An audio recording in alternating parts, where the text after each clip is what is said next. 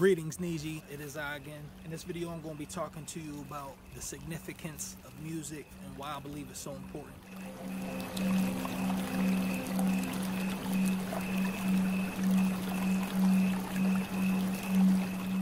Greetings, Niji. It is I again. I grant us peace, blessings, wisdom, and harmony in Shamhara. So why I brought you here today in this video, I want to be talking to you about music and the role that it plays in life forms of all kinds. So we're talking about humans, non-human animals, and plant life. In the beginning was the Word, and the Word was with God. Now, what is a word but a sound that communicates a thought or idea? It's a sound. What is a sound? A sound is a vibration. It's a vibration of the different particles in the air bouncing off of each other. So now music is something very similar too, because it is a sound as well. Dr. Emoto did a study that water molecules respond to different sound vibrations. So different music, different words, even thoughts would affect water molecules. When frozen, they would take a screenshot, not a screenshot, they would take a photograph of the frozen molecule.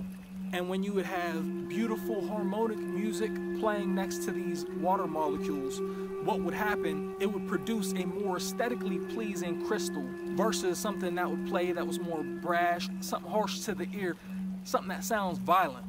It wouldn't produce an aesthetically pleasing crystal. It wouldn't be as geometrically perfect. Even with the words, they would place I love you, I hate you, and I believe ignore on different containers with the water, and then they would freeze those molecules as well. They would produce different looking crystals based on the intention of the word placed on the container. So as you can see here, the first one, the intention was set for thank you. So the word thank you was the first one. Then you have wisdom, truth, eternal, angel, I love you, peace. But then we begin to see something different with you fool. You fool doesn't look very crystalline in nature. It's not geometric. I don't really see a crystal pattern whatsoever. Then we have you make me sick. Again, not very aesthetically pleasing. Evil, polluted water before prayer, doesn't have too much of a pattern going on. And then the polluted water after prayer. And there we see the hexagon shape there returning.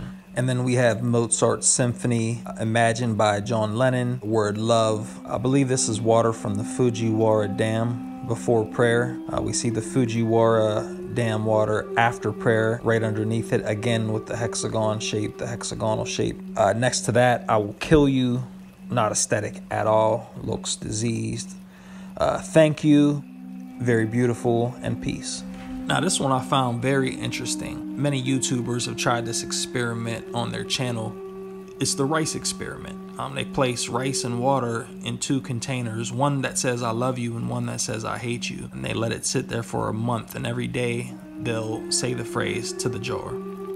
After the 30 days expires, the one that says I hate you typically has begun to decompose much more than the container that says I love you. Amazing. It was pretty compelling. His study was pretty eye-opening, and it gets you thinking at least. It's thought-provoking at least, at the minimum. Okay, now, if music has that effect on water molecules, and we are 75 to 80% water ourselves, then music plays an effect on us, and words. But music can also be used for bad. Music is magic. I like to say that musicians or magicians, whether they know it or not, they're casting spells. Now, whether they're good spells or bad spells, it depends on the circumstance. But there's some things that we know that we don't need right now. Certain levels of debauchery that we don't need right now. We need growth and restoration right now. We don't need degeneracy right now. We need to grow. We need to evolve. We need to take it up a notch. So, if you're going through something like that, you need to start listening to some music. You need to be singing. You don't got to be Mariah Carey or Michael Jackson. Okay? So, music plays a role in, basically life as we understand it. The birds sing songs. Okay? Okay, they attract their mates, they sing their songs. I'm sure it makes them feel good, in tune with their vibration, and we get to hear that beautiful music. The trees get to hear that beautiful music. Now, it's proven that trees perform better with music in their environment, okay? And not just any type of music, peaceful music. Plants don't seem to like heavy metal music, but they seem to like something a little bit more peaceful, okay? So these trees get to hear these beautiful songs from the birds, and in return, the birds get a home to live in. They get to build their nest in these trees, and the trees get to listen to beautiful harmonic music all day. There's even certain trees that respond to the sound of music and they move. They call them dancing plants, or dancing trees, I believe. I don't know exactly. I'm gonna put it up right here though. This is what it is right here.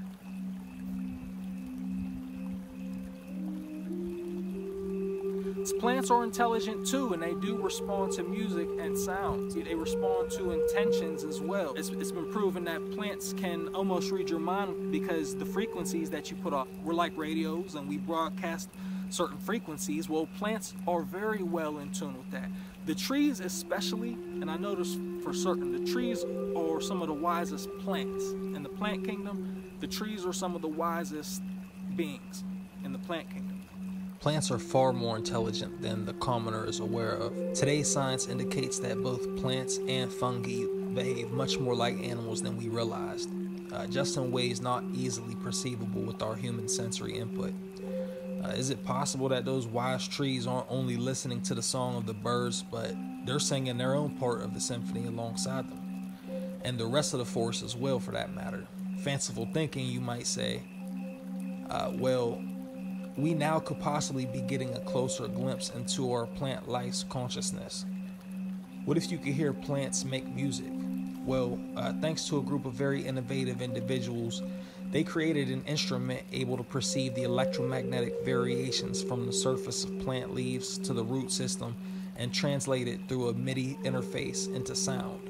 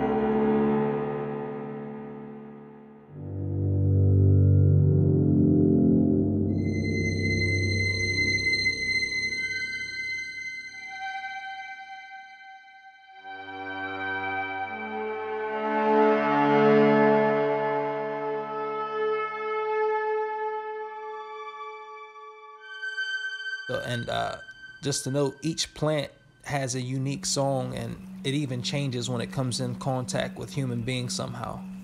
Animals love music. There's videos of cows and other animals. When they hear music, they get excited and they come. They want to hear. They want to see. They want to hear the source of this beautiful music. They go up. They go running to that music, and they just look so astonished and amazed, and it's pretty awesome. It's like a stampede. They love that music. Play it again for them, so I'll give them another tune.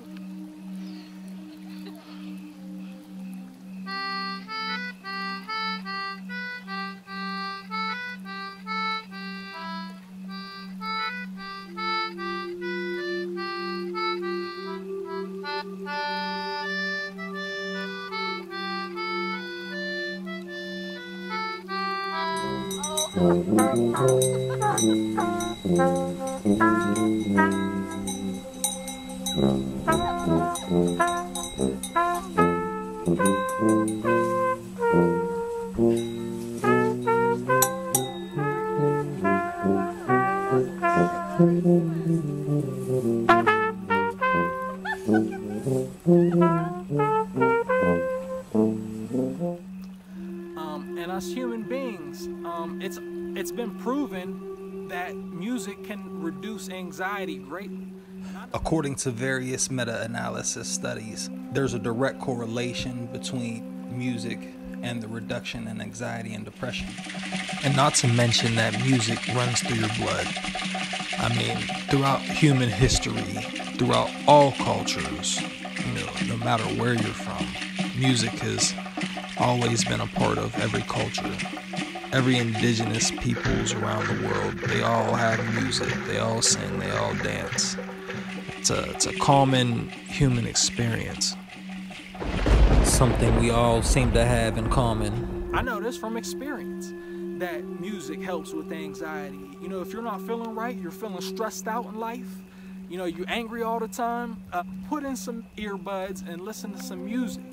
You know, I would listen to some Bob Marley, some Peter Tosh, Ika Mouse, Stephen Marley, Ziggy Marley, Damian Marley, and I just start vibing. What's that one young man's name? Chronix. I love his music, man. Chronix is awesome, man. And it can be like a drug for you. It really is, because the brain is like a pharmaceutical warehouse. It produces its own drugs. You can make yourself high. The brain produces dopamine when it hears music that we like, okay? So when we hear this music that we like, our brain starts to pump out that dopamine, we start to feel good, and it's all natural. You didn't need to drink no coffee, you didn't need to do no harmful chemicals. Everything was from within, okay?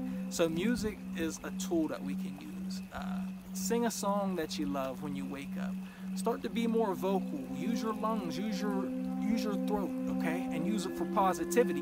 It makes you think about the words that you're saying on a day-to-day basis, the music that you listen to and that you sing along with.